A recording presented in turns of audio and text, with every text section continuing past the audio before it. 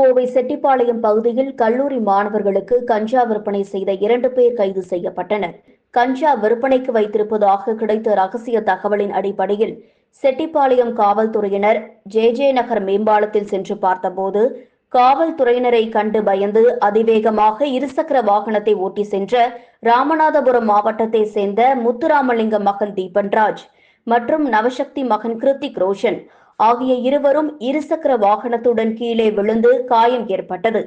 மேலும் அவர்களை விசாரித்து சோதனை மேற்கொண்டபோது அவர்களது பையில் சட்டத்திற்கு விரோதமாக விற்பனைக்கு வைத்திருந்த சுமார் 1 கிலோ 300 கிராம் கஞ்சா, மெத்தபெட்டமைன் 3 கிராம் ஆகியவற்றையும் அவர்கள் ஓட்டி வந்த வாகனம் திருட்டு வாகனம் என்பதும் தெரிய வந்தது.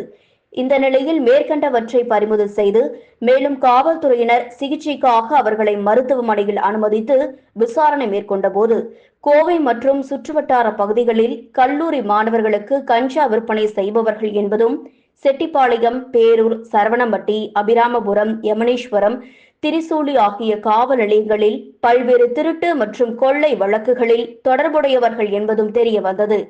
காவல்துறையினரிடம் இருந்து தப்ப முயன்ற தீபன்ராஜுக்கு வலது காலிலும், கிருத்திக் ரோஷனுக்கு வலது கையிலும் எலும்பு முறிவு ஏற்பட்டுள்ளது.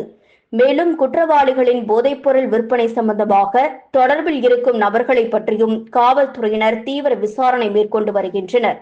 இதுபோன்று கல்லூரி மாணவர்களுக்கு போதைப் பொருட்கள் விற்பனையில் அல்லது சட்ட ஒழுங்கிற்கு எதிராக திருட்டு வழிப்பறி போன்ற செயல்களில் ஈடுபட்டவர்கள் மீது கடும் நடவடிக்கை எடுக்கப்படும் என காவல் கண்காணிப்பாளர் DRK கார்த்திகேயன் IPS அவர்கள் கடுமையாக எச்சரித்துள்ளார்.